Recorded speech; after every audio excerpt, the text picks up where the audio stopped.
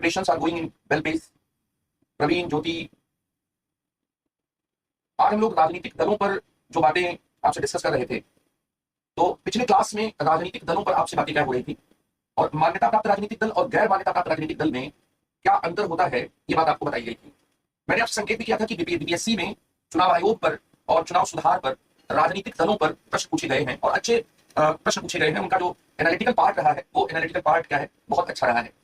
जैसे 63rd BPSC 2019 में एक प्रश्न पूछा गया कि what are the implications of growing regional political parties on the Indian party politics as in recent times. ये सवाल पूछा गया कि क्षेत्रीय राजनीतिक दलों की संख्या या क्षेत्रीय राजनीतिक दलों का जो उभार है, जो विस्तार है, उसका भारत की दल व्यवस्था पर क्या प्रभाव पड़ा।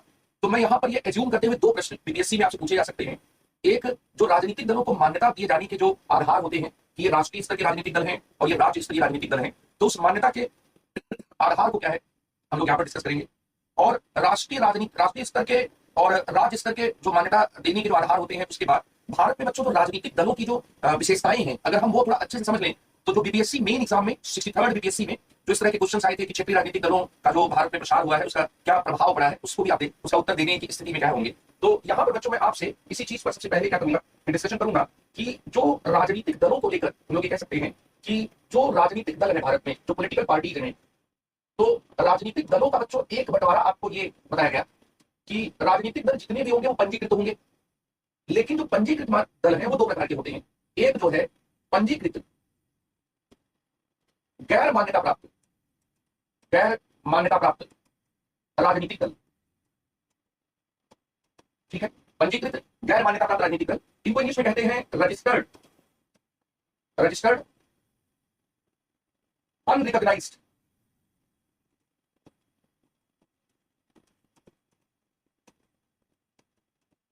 Political parties. ये जो बच्चों इसको शॉर्ट में कई बार ये भी नाम इंग्लिश में दिया जाता है, रजिस्टर्ड अनरिकॉग्नाइज्ड पॉलिटिकल पार्टीज। ठीक है, दूसरे प्रकार के दल। अब राजनीतिक दलों को पंजीकृत कौन करता है? चुनाव आयोग करता है। चुनाव आयोग किस कानून के तहत करता है? जनप्रतिनिधित्व अधिनियम 1951 की धारा 29 के तहत करता है। क्या चुनाव आयोग को राजनीतिक दलों के संदर्भ में और भी शक्तियां प्राप्त हैं? यस, चुनाव आयोग ही राजनीतिक दलों को राष्ट्रीय स्तर के दल और राज्य स्तरीय दल के रूप में मान्यता देता है। तो ये गैर मान्यता प्राप्त राजनीतिक दल है, मतलब ये केवल पंजीकृत है। दूसरा बच्चों है कि पंजीकृत रजिस्टर्ड मान्यता प्राप्त राजनीतिक दल, रजिस्टर्ड रिकॉग्नाइज्ड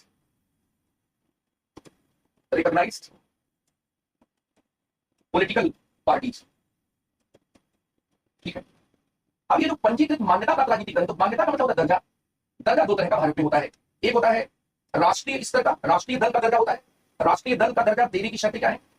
और दूसरा होता है बच्चों राज्य स्तरीय जो दल होते हैं, जिनको हम लोग कई बार क्षेत्रीय राजनीतिक दल कहते हैं। अब आपके मन में यह सवाल आएगा कि राष्ट्रीय स्तर के दल का सामान्य मतलब क्या होता है?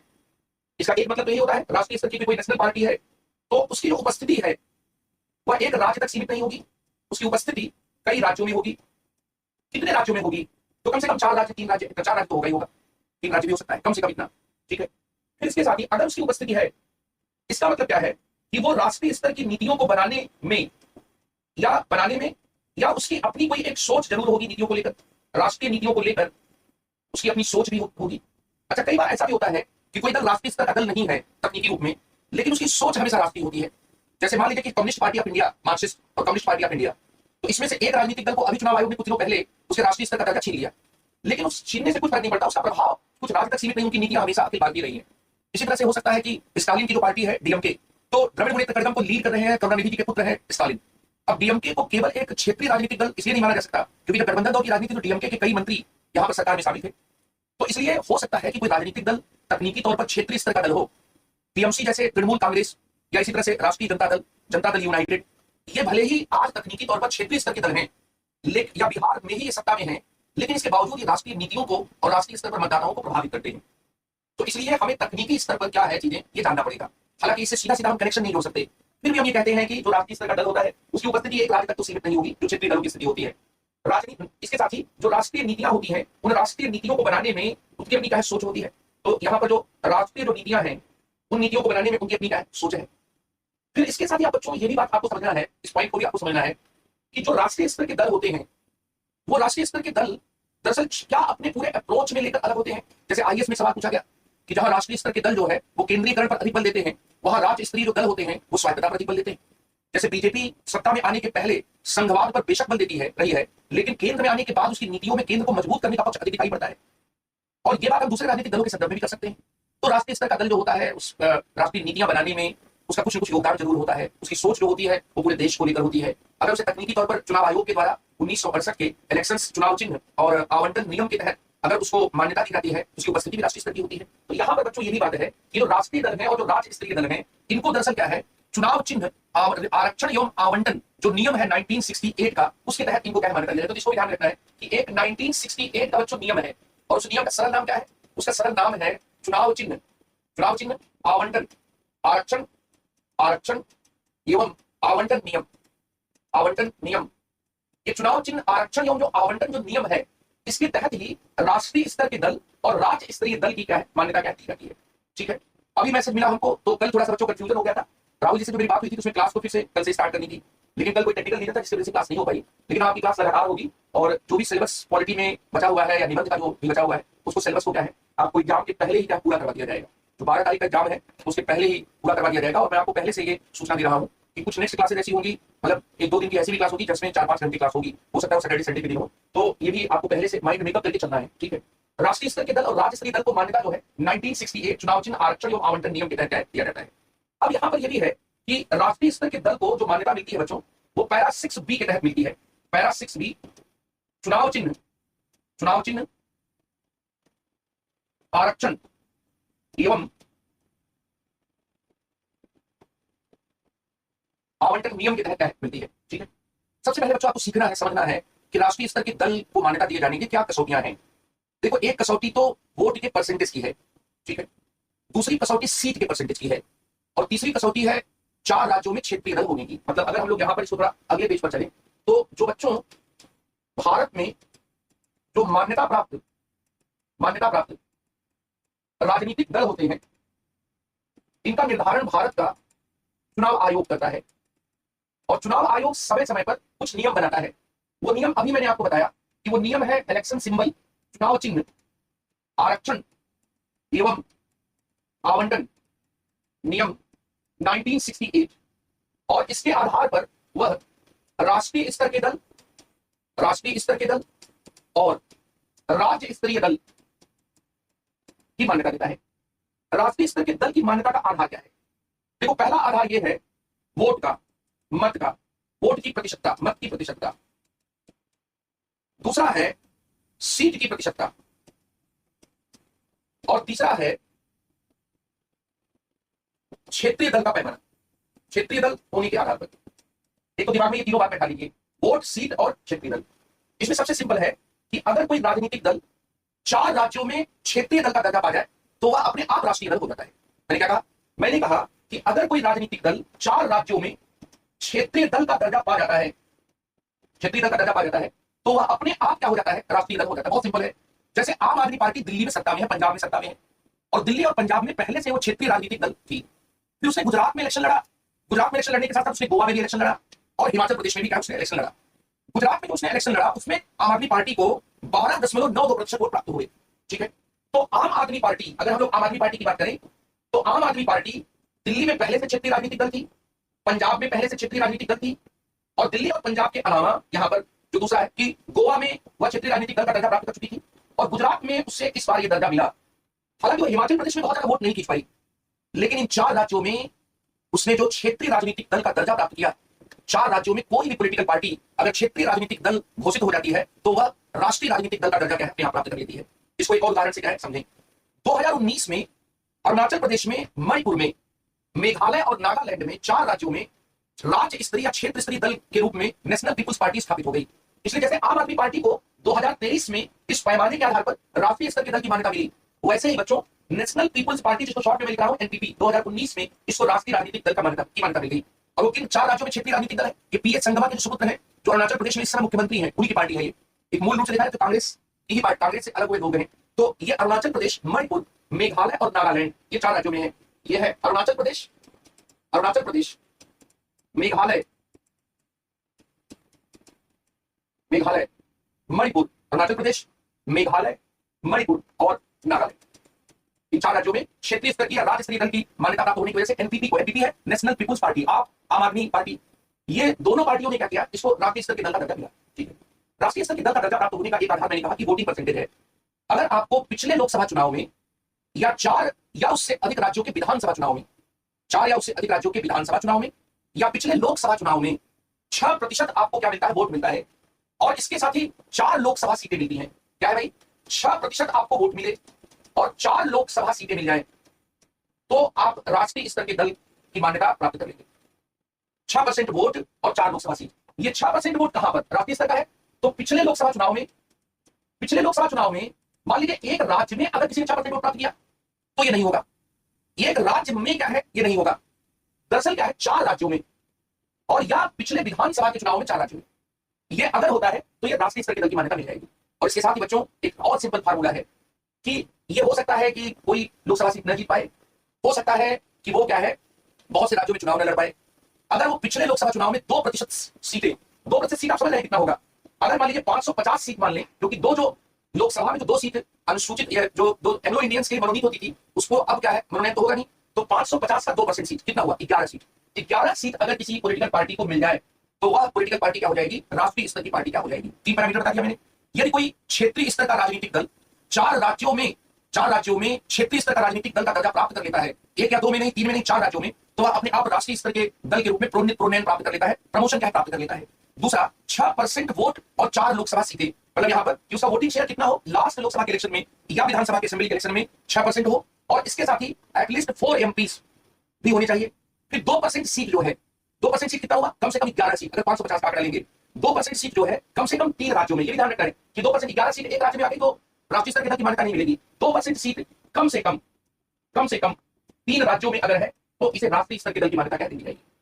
आप सभी जानते होंगे कि अभी कुछ दिनों पहले चुनाव आयोग ने जो घोषणा की, उसके संदर्भ में क्या है, अगर ये देखा जाए तो उसके संदर्भ में आप देखेंगे कि 9 पॉलिटिकल पार्टी ऐसी थी जो भारत में क्या थी, राष्ट्रीय स्तर की थी। लेकिन अभी कुछ पॉलिटिकल पार्टी का राष्ट्रीय स्तर की जो यहाँ पर क्या है, मान्यता क्या है, बढ़ गई। अब ये घट गई, उनकी मान्यता को वापस ले लिया गया।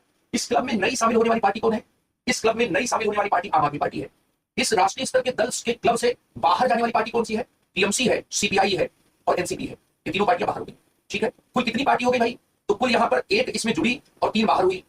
तो यहाँ पर 3 बाहर हुई, तो इसके आधार पर क्या आपको बताना पड़ेगा। ये है बच्चों, तो ये राष्ट्रीय स्तर के दल की मान्यता के संदर्भ में बातें बताई। अब यहाँ पर क्या है बच्चों कि अब अगर इतने में कहीं कोई कंफ्यूजन है तो आप पूछ सकते हैं, अगर कोई कंफ्यूजन है तो आप पूछ सकते हैं कि राष्ट्रीय स्तर के दल की मान्यता कैसे मिलती है, वोट की प्रतिशतता और सीट की प्रतिशतता।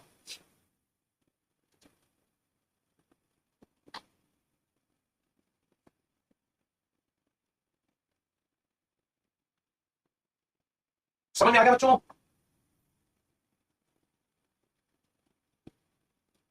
क्लियर है बच्चों।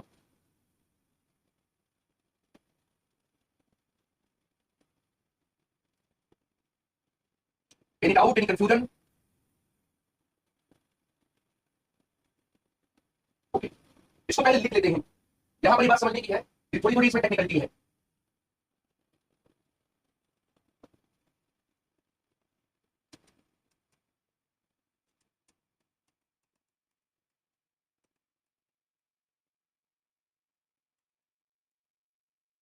राष्ट्रीय स्तर के दल के मान्यता के क्या है आधार, 2 स्टेट में कहां से मिलेगा, 2% सीट।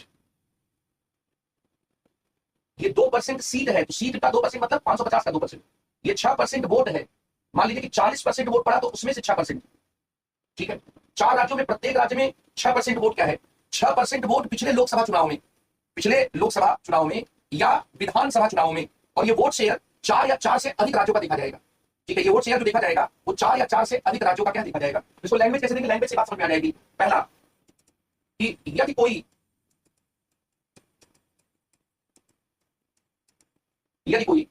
राजनीतिक दल पिछले लोकसभा चुनाव में या विधानसभा के चुनाव में पड़े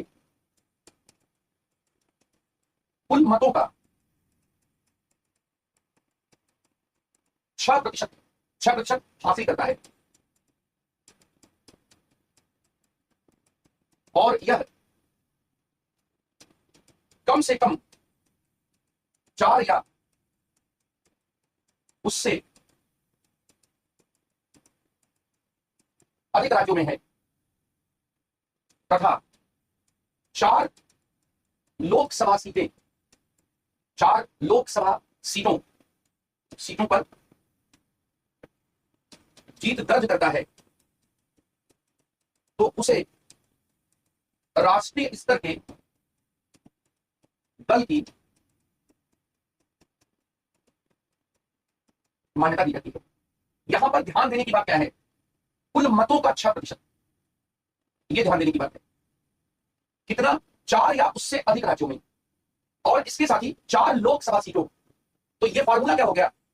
6% वोट प्लस 4 लोकसभा सीट, ये फॉर्मूला हो गया। ठीक है, ये पहला यहां पर फॉर्मूला है जो आपको ध्यान में, पहली कसौटी है जो आपको ध्यान में रखना है। ठीक है, फिर दूसरी बात,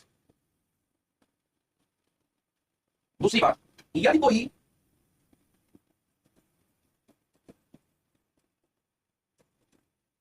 राजनीतिक दल, बच्चों ये देख लीजिए, ये है एक फोन आतंकवादी है। ये जब खाली रहते हैं मुझे फोन घुमा देते हैं। ये भारत के ऐसे बेरोजगार हैं जो कभी भी अपने पुराने पढ़े हुए शिक्षक को इस तरह से दंडित करते हैं कि ये कभी भी फोन, इतने जिम्मेदार नागरिक है कि कभी भी फोन घुमा देते हैं और इनको शर्म नहीं आती। इनको अपना भविष्य बनाना चाहिए, काम धंधा करना चाहिए। ये दिन में 2-3 दफा फोन करते हैं हमको। ये इतने महान व्यक्ति हैं, मुझसे प्रयागराज में पढ़े हुए थे। आज इन्होंने 2 बार फोन किया है। ठीक है, ये दूसरी बार इन्होंने फोन किया है, अब भाग गए। ठीक है, यदि कोई राजनीतिक दल, सॉरी फॉर आप लोगों को बीच में मैंने घसीट दिया, लेकिन मेरे पास कोई चारा नहीं था। ठीक है, इस बच्चे ने एकदम हद कर दिया है, इसलिए हम लोग अपना नंबर किसी को नहीं देते। हद कर दिया है बच्चे ने। ठीक है, अगर यदि कोई राजनीतिक दल लोकसभा के चुनाव में कम से कम 2% सीट हासिल करता है, तो अब 2% सीट हासिल करता है, यहां पर इसको इसमें भी ध्यान रखना है कि 2% सीट कितनी होगी। तो 550 में 1100 सीटें हो गई, लेकिन ये 2% सीटें 3 या 3 से अधिक राज्यों में क्या होनी चाहिए? कम से कम 3 या उससे अधिक राज्यों में क्या होनी चाहिए? तो यदि कोई राजनीतिक दल यहां पर, यदि कोई राजनीतिक दल, ठीक है सर, आप ऐसा है कि ये बहुत बड़ा एक दबाव भी होता है जब हम लोगों के ऊपर, क्योंकि एक बहुत इंपॉर्टेंट बात है कि केवल फोन से कनेक्ट होना ही जरूरी नहीं होता। आपकी जो क्वेरीज होती हैं, जो आपके क्वेश्चंस होते हैं, उनका सही तरीके से जवाब दिया जाना भी जरूरी होता है। तो बहुत सारे माध्यम हैं, जैसे टेलीग्राम चैनल है, व्हाट्सएप चैनल है, वहां पर तो ऑलरेडी हम लोग क्या है कि ऑलरेडी क्या है, जो वैसे क्वेश्चन रहते हैं उनका जवाब देते हैं। एक और बात है कि मैं तो आप लोगों को, मतलब आपके पर्सनल क्वेरीज को एड्रेस करने के लिए पढ़ना तो आता ही हो ना, तो वहां पर अगर कोई विद्यार्थी मिलना चाहता है, पूछना चाहता है, तो पूछ सकता है। यहाँ स्थिति थोड़ी क्या भिन्न है, यहाँ जो स्थिति है वह स्थिति क्या भिन्न है। यदि कोई राजनीतिक दल, वापस आते हैं, यदि कोई राजनीतिक दल लोकसभा के चुनाव में कम से कम 2% सीटें हासिल करता है और ये सीटें कम से कम 3 राज्यों में जीती गई हो, मतलब एक राज्य से क्या है नहीं होनी चाहिए, तो उसे राष्ट्रीय स्तर के दल की मान्यता दी जाती है। ये दूसरा पॉइंट है। ठीक है, तीसरा, यदि कोई राजनीतिक दल 4 राज्यों में राज्य स्तरीय दल की मान्यता प्राप्त कर लेता है, 4 राज्यों में राज्य स्तरीय दल की मान्यता प्राप्त कर लेता है, तो उसे राष्ट्रीय स्तर के दल की मान्यता दी जाती है। ठीक है, अब यहां पर बच्चों ध्यान देने की बात क्या है कि कम से कम 2% सीटें हैं, वोट नहीं है, 2% सीट है।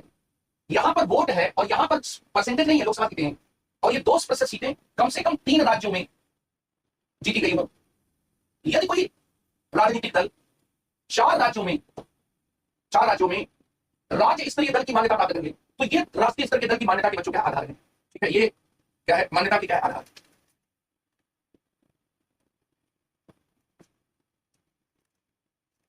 ठीक है, अब यहां पर इसको नोट कर लीजिए बच्चों, मैं थोड़ा साइड हट जाता हूं, इसको नोट कर लीजिए, आगे बहुत काम आएगा।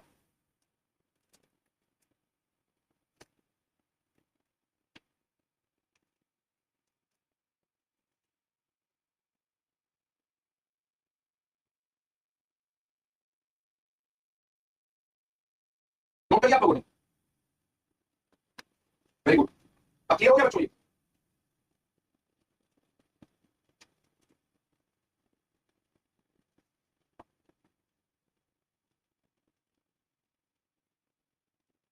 विधानसभा नहीं होगा, नहीं, लोकसभा के चुनाव में, विधानसभा नहीं होगा। ठीक है बच्चों, अब नेक्स्ट इसमें आते हैं। अब देखिए आपको यह समझना है कि 2023 में, या इसको आप ऐसे समझें, वर्तमान में भारत में राष्ट्रीय स्तर के दल, राष्ट्रीय स्तर के दल कौन कौन से हैं? तो अगर हम यहां पर 2023 की बात करें तो 6 नेशनल पार्टी हैं भारत में इस समय। नेशनल पार्टी क्या है? 6 हैं। एक है भारतीय राष्ट्रीय कांग्रेस, दूसरा है भाजपा, तीसरा इसमें है बसपा, चौथा इसमें है माकपा, जिसको सीपीआई-एम कहते हैं, ये बीएसपी है, ये बीजेपी, इंडियन नेशनल कांग्रेस, ठीक है, national people's party, NPP, national people's party, और इसके साथ ही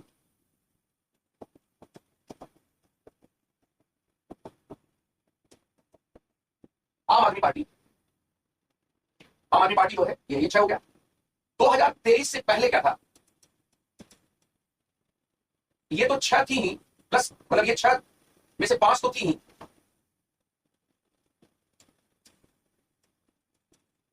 ठीक है, 5, तो 6 माइनस आम आदमी पार्टी, ये 6 कौन है? ये है, ये 5 हो गई, और प्लस 3 पार्टी और थी, 3 राजनीतिक दल और थे। इनसे हमें यह पता लग जाएगा किसका किसका दर्जा छीना है। जैसे तृणमूल कांग्रेस जो है वो इसके पहले क्या थी? वो राष्ट्रीय स्तर का दल थी, टीएमसी। अब वो राष्ट्रीय स्तर का दल नहीं है। 2023 से पहले, मतलब अप्रैल 2023 से पहले वो राष्ट्रीय स्तर का दल थी, लेकिन अब वो क्या है? नहीं है। तृणमूल कांग्रेस के अलावा NCP, nationalist Congress party, Rakapa जिसको कहते हैं, ये भी क्या थी? ये भी राष्ट्रीय स्तर का दल थी, अब वो नहीं है।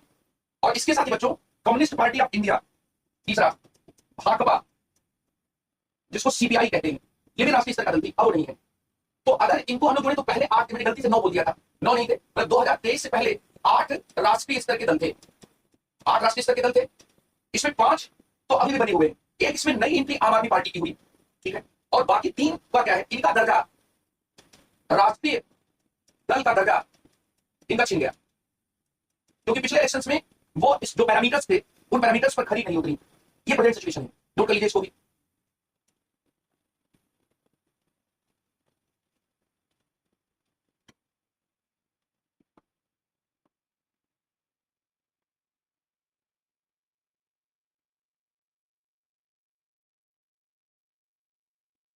ये क्वेश्चन आ सकता है बीपीएससी में, क्योंकि बीपीएससी का पेपर अगर मई में है तो अप्रैल और मार्च में जो चीजें हुई उनसे संबंधित प्रश्न होंगे।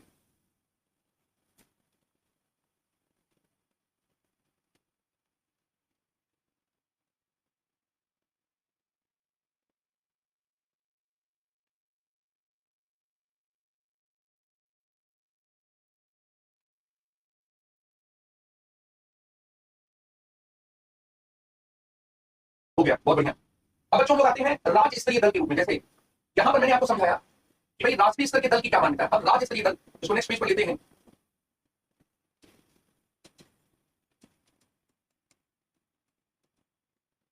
राज्य स्तरीय दल के रूप में जो मान्यता है उस मान्यता को आप समझिए। राज्य स्तरीय दल के रूप में मान्यता क्या है? तो सबसे पहली बात यह है कि 6% वोट और अगर 2 सीटें विधानसभा के चुनाव में कोई भी राजनीतिक दल प्राप्त कर लेता है तो उसे राज्य स्तरीय दल क्या है की मान्यता मिल जाएगी, ठीक है। फिर ये क्या है बच्चों? ये विधानसभा के चुनाव में है, पिछले विधानसभा के चुनाव में, ठीक है। दूसरा यहां पर है क्या आप कहेंगे, मान लीजिए कि लोकसभा के चुनाव के आधार पर करें तो ये यहां पर क्या है? 6% वोट और 1 सीट पिछले लोकसभा के चुनाव में। लोकसभा के चुनाव में एक ही सीट की क्या है जरूरत होगी। मान लीजिए ऐसा भी हो सकता है कि कोई पॉलिटिकल पार्टी हर जगह वोट ले रही है लेकिन कहीं पर भी जीत नहीं हो पाई।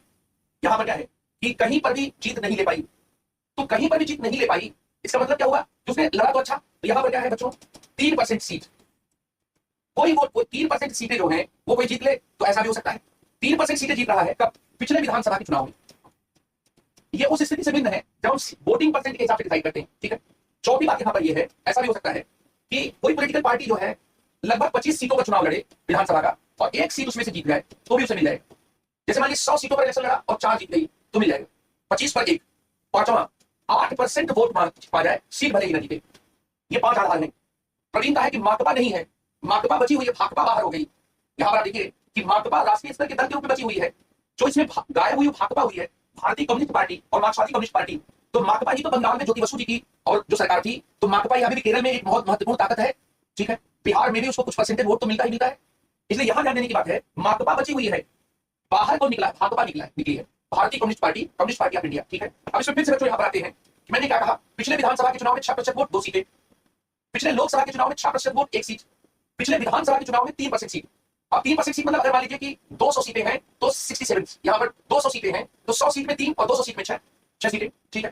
फिर 25 सीट पर मान लीजिए उत्तर प्रदेश राज्य में जहां 50 के आसपास सीटें, 425 पर इलेक्शन होता है, तो वहां पर कोई पार्टी पूरे प्रदेश में न लड़ पाए, लेकिन अगर उसने 150 सीटों पर लड़ा और हर 25 सीट पर 1 सीट जीत ले रही है तो राज्य स्तरीय दल का मान्यता क्या प्राप्त कर लेगी?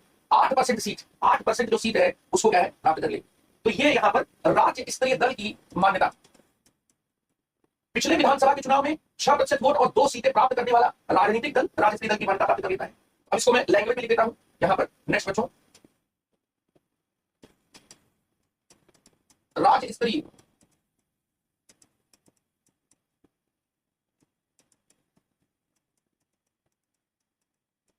दल की मान्यता प्राप्त करने का आधार, पहला, यदि कोई राजनीतिक दल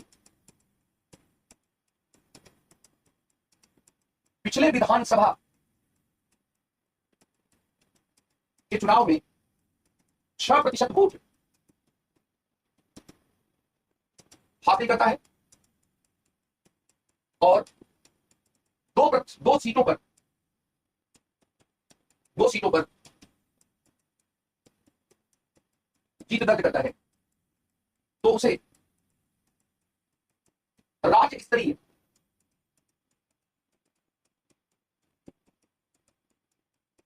दल की मान्यता दी जाती है, ठीक है। सीपीआई दोनों में है, किसमें दोनों में है सीपीआई? कहां दोनों में है? ये सीपीआई एम है, communist party of India Marxist, और ये कम्युनिस्ट पार्टी ऑफ इंडिया है। इसका मतलब कि दोनों पार्टियों के बीच के अंतर को आप आइडेंटिफाई नहीं कर पा रहे हैं। बीपीएससी मेंस की तैयारी है, इतना आइडेंटिफाई करिए। दो अलग अलग राजनीतिक दल हैं, communist party of India Marxist और communist party of India. Communist party of India Marxist ये अभी भी नेशनल पार्टी है। केरल में एलडीएफ जो है वहां पर इसको क्या है, अभी भी वोट मिलते हैं। बंगाल में अभी भी इसको 7% वोट मिलते हैं। तो CPI M communist party of India Marxist है, कम्युनिस्ट पार्टी ऑफ इंडिया भारतीय कम्युनिस्ट पार्टी, इसका राष्ट्रीय स्तर का दर्जा क्या है? यदि कोई राजनीतिक दल पिछले विधानसभा के चुनाव में 6% वोट हासिल करता है और 2 सीटों पर जीत दर्ज करता है तो उसे राज्य स्तरीय दल की मान्यता क्या दी जाती है, ठीक है। दूसरा बच्चों, यदि कोई राजनीतिक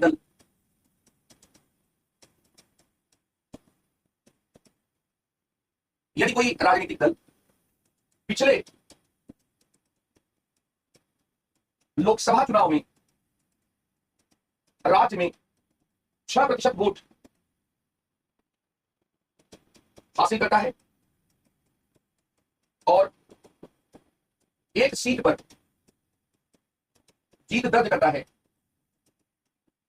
तो उसे राज्य स्तरीय दल की मान्यता दी जाती है।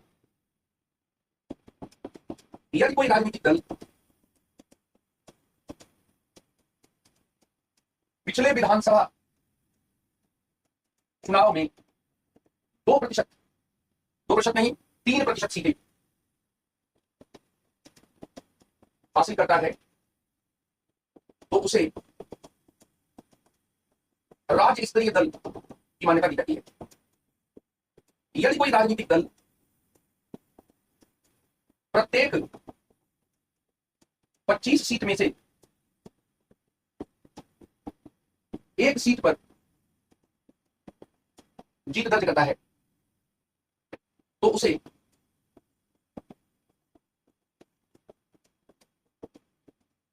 राज्य स्तरीय दल की मान्यता दी जाती है, ठीक है। करंट का भी जब देगा तो टाइम लगेगा ना, थोड़ा कॉमन सेंस लगाइए। करंट का तुरंत कैसे मिल जाएगा? पिछला चुनाव होगा तब तो हम वोटिंग परसेंटेज निकालेंगे। करंट में मतलब इलेक्शन होगा, उसी समय हम मान्यता देंगे, है ना भाई। इसमें वोटिंग परसेंटेज है तो जब इलेक्शन पूरा हो जाएगा, उस इलेक्शन में जैसे भी गुजरात का इलेक्शन कब हुआ, हिमाचल प्रदेश का हुआ, पंजाब का हुआ, उसके बाद में सब देखा गया, उसके बाद इसके आधार पर निर्णय किया गया। ये सवाल ही गलत है। करंट का क्या है? करंट का कैसे लिया जाएगा? इसमें तो एनालिसिस है ना कि वोट परसेंटेज कितना मिला, इलेक्शन हो जाने के बाद ही तो निकलेगा। ठीक है, फिर इसके साथ ही क्या है, पांचवा, 8% मत प्राप्त करने वाले राजनीतिक दल को राज्य स्तरीय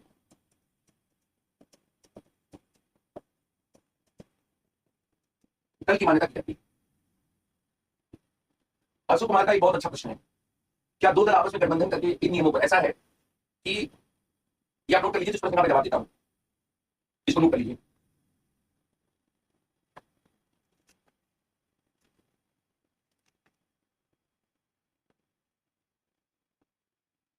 नोट हो गया बच्चों?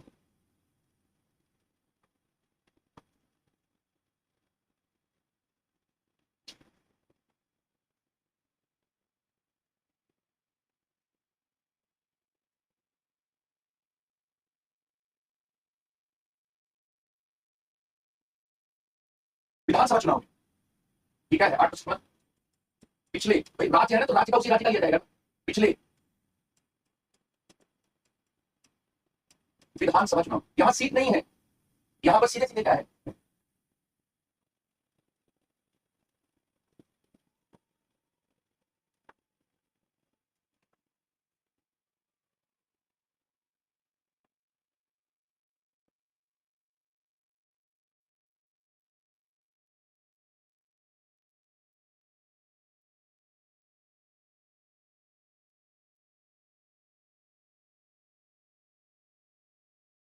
ठीक है बच्चों आगे बढ़े।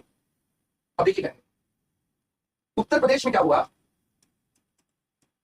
ठीक है, उत्तर प्रदेश में समाजवादी पार्टी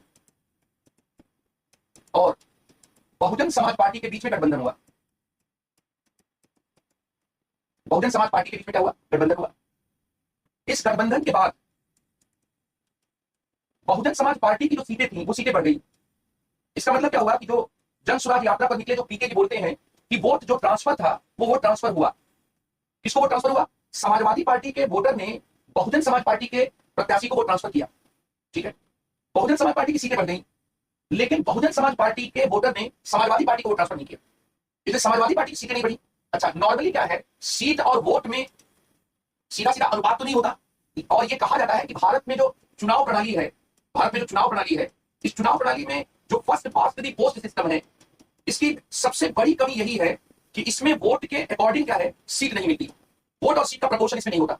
ठीक है, लेकिन फिर भी जिसको बहुत सीटें मिल रही हैं, इसका मतलब कि उसको वोट तो ज्यादा मिला ही। जैसे कि अगर बीजेपी को बहुत सीट्स मिल रही है, इसका मतलब कि बीजेपी का वोट परसेंटेज कहीं ना कहीं कांग्रेस से तो ज्यादा है ही, इसलिए गठबंधन से वोट ट्रांसफर होता है, और गठबंधन से जो वोट ट्रांसफर होता है, चुनाव आयोग केवल जो वोट प्राप्त होता है उसको देखता है, गठबंधन से वोट ट्रांसफर हुआ इस बात को नहीं देखता।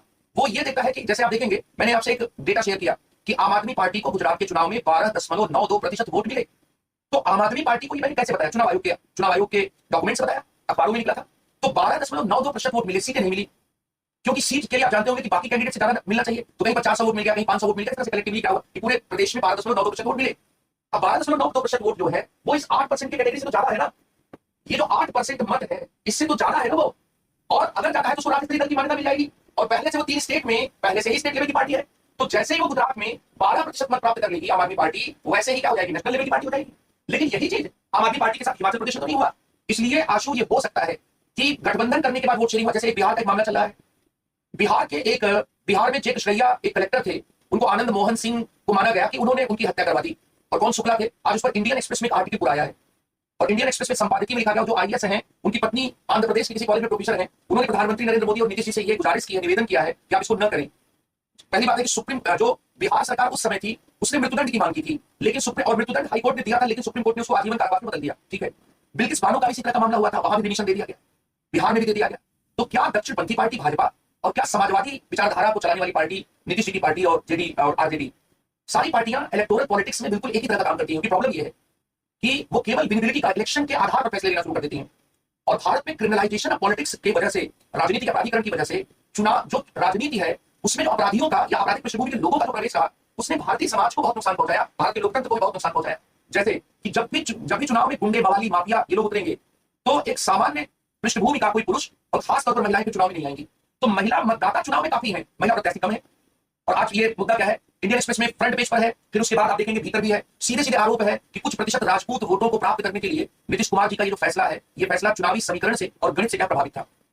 यहां पर ये हो सकता है, मतलब ये भी हो सकता है कि भाई कोर्ट ने कैपिटल पनिशमेंट दिया हो, उसको सुप्रीम कोर्ट ने उसको कम कर दिया हो, लेकिन यहाँ पर आजीवन कारावास का मतलब आपके पास अधिकार आ जाए तो आप उसको 14 साल तक केवल करेंगे। या आजीवन कारावास का एक मतलब ये भी होता है कि व्यक्ति जब तक जीवित रहेगा तब तक जेल में रहेगा। अभी बहस भारत में होगी, बिल्किस बानो का केस सुप्रीम कोर्ट देख रहा है और देख लीजिएगा 1-2 दिन में ये मामला भी क्या है कोर्ट में आ जाएगा। और ये कदम जो है इस वजह से गुजरात सरकार आए हाथों सुप्रीम कोर्ट उस पर विचार कर रहा है, उसी तरह से इस मामले में भी क्या है आप देखेंगे बिहार वाले मामले में भी ये चीजें क्या होगी। तो बहुत क्या है, इलेक्टोरल पॉलिटिक्स जो है इंडिया में, उसने बहुत सारी चीजों को खराब भी किया है।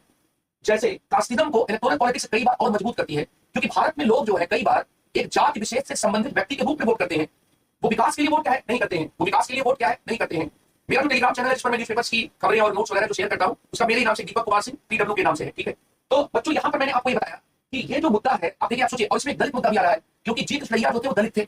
तो आज कुछ दलित संगठनों ने आंध्र प्रदेश में इसको लेकर क्या है, उनकी बेटी जो बैंक में मैनेजर है, जी कृष्णैया की बेटी जो कलेक्टर मारे गए थे, उनसे मुलाकात की है। तो ऐसा ना हो जाए कि ये फॉरवर्ड वर्सेस दलित वाला मामला, और उसमें नीतीश कुमार और तमाम जो बिहार के बड़े जो सत्ता में बैठे हुए लोग हैं वो इसमें घिर न जाए, क्योंकि अगर कोर्ट ने इसमें कुछ कह दिया तो फिर मामला बहुत पेचीदा हो जाएगा। क्योंकि बिल्किस बानो वाले केस में वैसे ही गुजरात में क्या है, कोर्ट बहुत उस पर क्या है, बहुत ज्यादा आलोचनात्मक तेवर से चीजों को देख रहा है कि भाई आप एक रेपिस्ट को कैसे आप छोड़ सकते हैं, आप किसी बलात्कारी को उसकी सजा को रिमिशन कर देंगे, ये बहुत गलत बात है। इसी तरह से कोई मर्डर में प्रूफ हो चुका है और उसका अपराध सिद्ध हो चुका है तो आप उसकी सजा को कम करेंगे।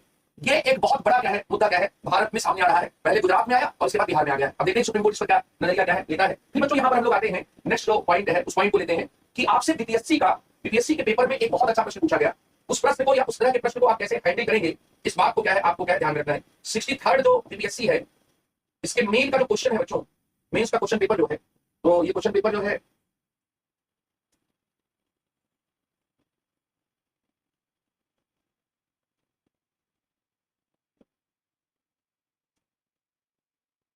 जस्ट मिनट बच्चों,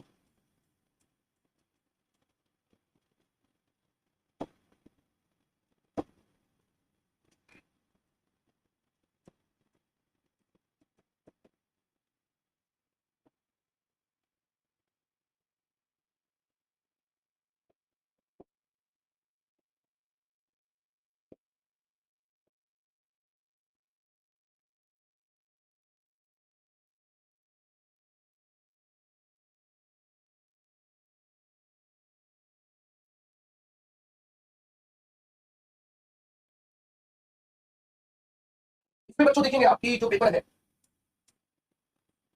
पेपर 1 है, बहुत अच्छा प्रश्न है, जस्ट मिनट।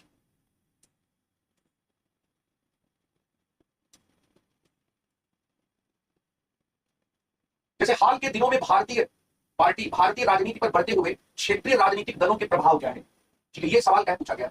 इस तरह के सवालों का मतलब यहां पर कि 63rd जो बीपीएससी है, इसमें क्षेत्रीय राजनीतिक जो दल हैं, इन राजनीतिक दलों के प्रभाव के बारे में क्वेश्चन क्या पूछा गया, ठीक है। आप इसको कैसे देखेंगे, भारतीय जो दल प्रणाली है,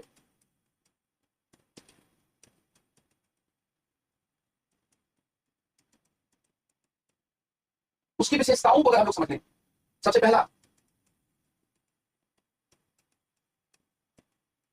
खुली राजनीतिक व्यवस्था, खुली राजनीतिक व्यवस्था। दूसरा, राजनीतिक दलों की बहुलता, इसको समझते हैं। एक दलीय आधिपत्य की प्रवृत्ति, केंद्र स्तर पर तो स्पष्ट रूप से दिखाई देती है। प्रभावी विपक्ष का अभाव, प्रभावी जो विपक्ष है उसका अभाव। राजनीतिक दलों के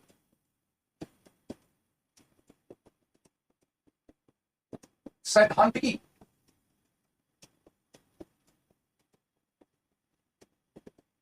और वैचारिकी में अभिन्नता।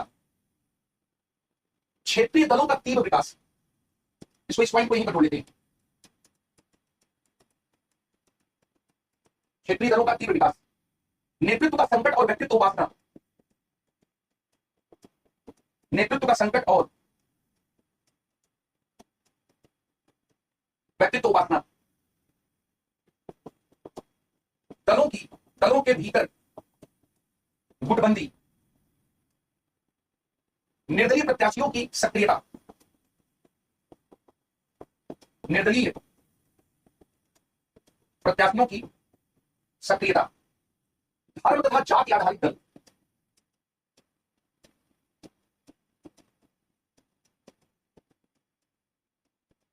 ये विशेषताएं आपको ध्यान में रखनी है।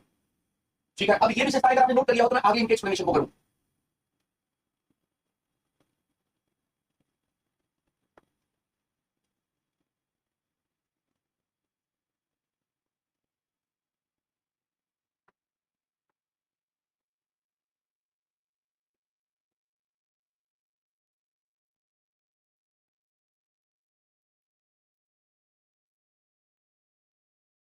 ठीक है बच्चों,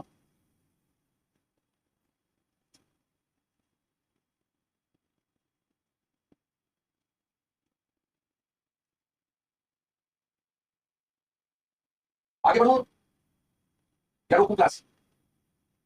ओके, पहला है बच्चों कि एक खुली राजनीतिक व्यवस्था है। खुली राजनीतिक व्यवस्था किस रूप में है? अगर हम लोग यहां पर कंपेरिजन करें तो कुछ साम्यवादी देशों में राजनीतिक दल बनाना बहुत कठिन है और सत्ता में या सत्ता प्राप्त करना और भी क्या है, कठिन है। जैसे रूस,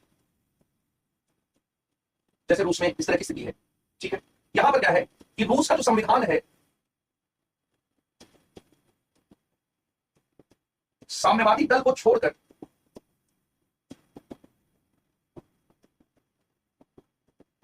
कोई नया दल बनाने की छूट नहीं देता है। एक तरह से बंद राजनीतिक व्यवस्था होगी। क्या हो गया? ये बंद राजनीतिक व्यवस्था होगी। ठीक है, भारत में जो राजनीतिक दल है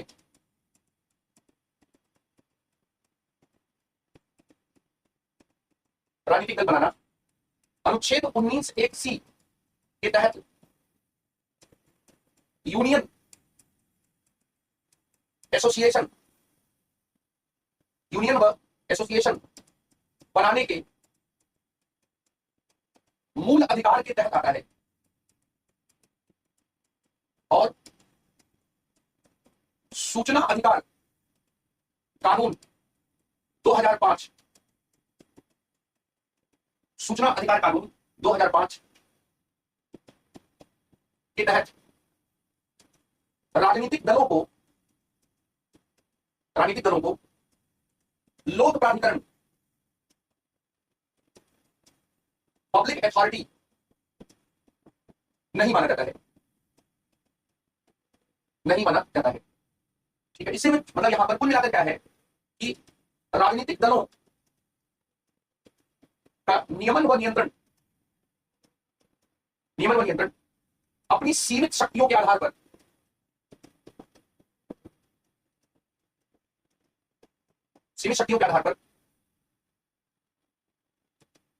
आपसी सहमति के द्वारा तय की गई आदर्श चुनावी आचार संहिता के आधार पर चुनाव आयोग करता है। बहुत सीमित शक्तियां हैं क्योंकि मूल अधिकार माना गया है, तो सूचना आयोग के अधीन भी नहीं आता है। मैंने क्या लिखा? मैंने पहले बताया कि कुछ साम्यवादी देशों में राजनीतिक दल बनाना बहुत कठिन है और सत्ता प्राप्त करना और भी कठिन है। जैसे रूस, संविधान केवल साम्यवादी दल को छोड़कर कोई नया दल बनाने की छुट्टी नहीं देता है, इसलिए बंद राजनीतिक व्यवस्था है। भारत में खुली राजनीतिक व्यवस्था है, भारत में राजनीतिक दल बनाना मूल अधिकार है और सूचना अधिकार कानून 2005 के तहत इसको पब्लिक अथॉरिटी भी नहीं माना गया, संशोधन किया गया। चुनाव आयोग, सूचना आयोग का एक फैसला था, उसके बाद इस फैसले के प्रभाव को समाप्त करने के लिए राजनीतिक दल पब्लिक अथॉरिटी नहीं है, ये सूचना अधिकार कानून में जोड़ा गया। तो इस राजनीतिक दल क्या है? चुनाव आयोग के ढीले ढाले नियमन और नियंत्रण के अधीन आ जाते हैं। ढीला ढाला नियमन और नियंत्रण क्यों है? क्योंकि मूल अधिकार है बनाना। और इसके साथ चुनाव आयोग कैसे रेगुलेट करता है? तो राजनीतिक दल आपसी विचार विमर्श के आधार पर जो चुनावी आचार संहिता बनाई गई है, जिसका कोई कानूनी आधार नहीं है, अलग से कोई कानून नहीं है, वही आईपीसी सीआरपीसी की धाराएं लगती हैं, उसके आधार पर चुनाव आयोग करता है। इससे चुनाव आयोग कई बार हेल्पलेस महसूस करता है और इसी को आधार बनाकर आईएएस में सवाल पूछा गया। राजनीतिक दलों का यह बात ध्यान रखता है कि भारत में राजनीतिक दलों का जो नियमन है, नियमन भारतीय निर्वाचन आयोग, इलेक्शन कमीशन ऑफ इंडिया या भारत निर्वाचन आयोग, भारतीय निर्वाचन आयोग करता है। जनप्रतिनिधित्व अधिनियम की धारा 1951 की धारा 29(a) के द्वारा करता है। और चुनाव आयोग कई बार ये कह चुका है कि भारत में राजनीतिक दलों को रेगुलेट करने के लिए उसके पास ज्यादा पावर होना चाहिए। In this respect our election commission is toothless. जैसे किसी को दांत नहीं हो, किसी को क्या है, कोई आपको क्या कंट्रोल नहीं कर सकता, हेल्पलेस हो, उसी तरह की स्थिति है। ठीक है, यह है पूरी राजनीतिक व्यवस्था। ये नोट कर लीजिए, यहां पर इस पॉइंट को क्या है नोट कर लीजिए।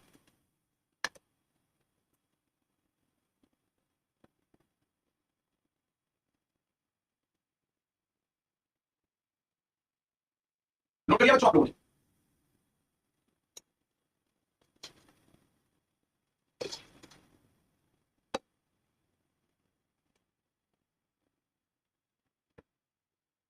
नोटेड है बच्चों?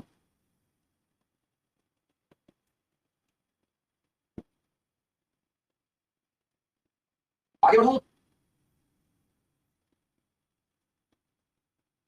I hope so. दूसरा पॉइंट यहां पर यह है कि भारत में राजनीतिक दलों का बाहुल्य है।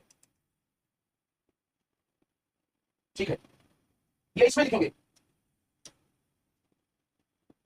ठीक है, ये इसमें लिखेंगे। भारत में क्या है, राजनीतिक दलों का बाहुल्य है। अब जो राजनीतिक दलों का जो बाहुल्य है वो किस सेंस में है? ठीक है, देखिए, एक तो है बच्चों की पंजीकृत गैर मान्यता प्राप्त राजनीतिक दल, रजिस्टर्ड अनरिकॉग्नाइज्ड पॉलिटिकल पार्टीज। ये रजिस्टर्ड अनरिकॉग्नाइज्ड पॉलिटिकल पार्टी है, ये तकरीबन 2800 के आसपास है, लगभग तकरीबन 2800 है। और अगर हम लोग यहां पर देखें 1952 से लेकर 1999 तक और 1999 से 2019 तक हुआ क्या, 77 पॉलिटिकल पार्टीज थी। इनकी संख्या बढ़कर 648 हो गई और ये आगे बढ़कर 2851 पॉलिटिकल पार्टीज 2019 में थी इलेक्शन कमीशन के आंकड़े के अनुसार। ठीक है, दूसरी तरफ आप देखेंगे कि जो पंजीकृत मान्यता प्राप्त राजनीतिक दल है, पंजीकृत मान्यता प्राप्त राजनीतिक दल, ये पंजीकृत मान्यता प्राप्त जो राजनीतिक दल है, अगर हम लोग 2023 की बात करें तो इसमें अभी आपको बताया गया कि 6 राष्ट्रीय स्तर के दल हैं। राष्ट्रीय स्तर के क्या है, दल हैं। और अगर मैं यहां पर चेक कर लूं कि नंबर ऑफ, पहले तो 27 का अब देखना पड़ेगा, number of state level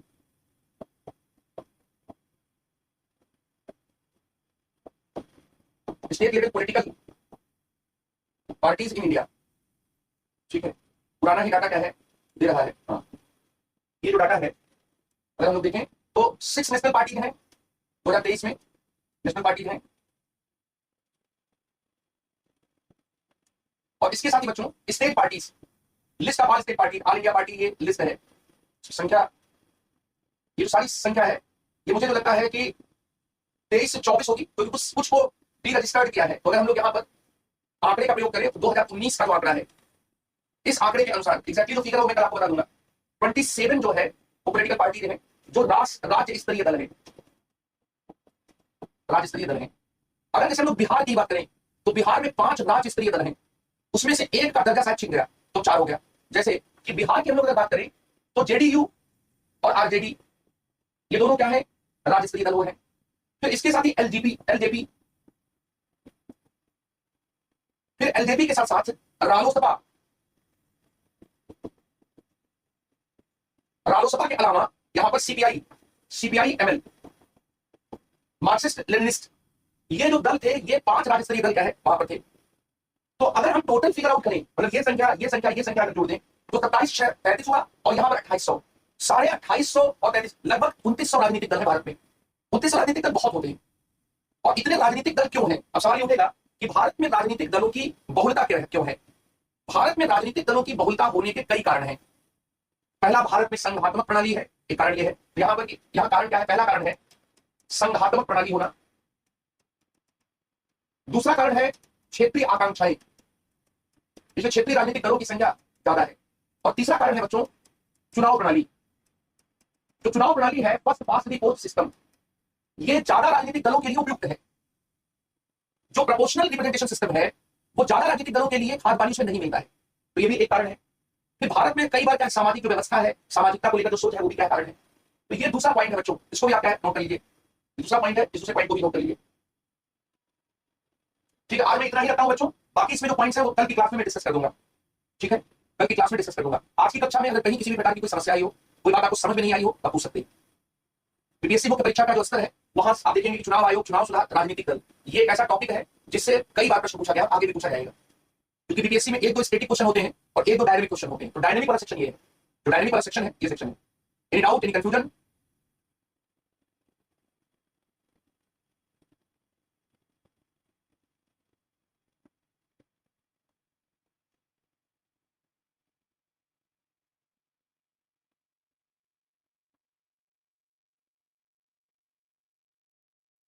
Deepak Kumar Singh,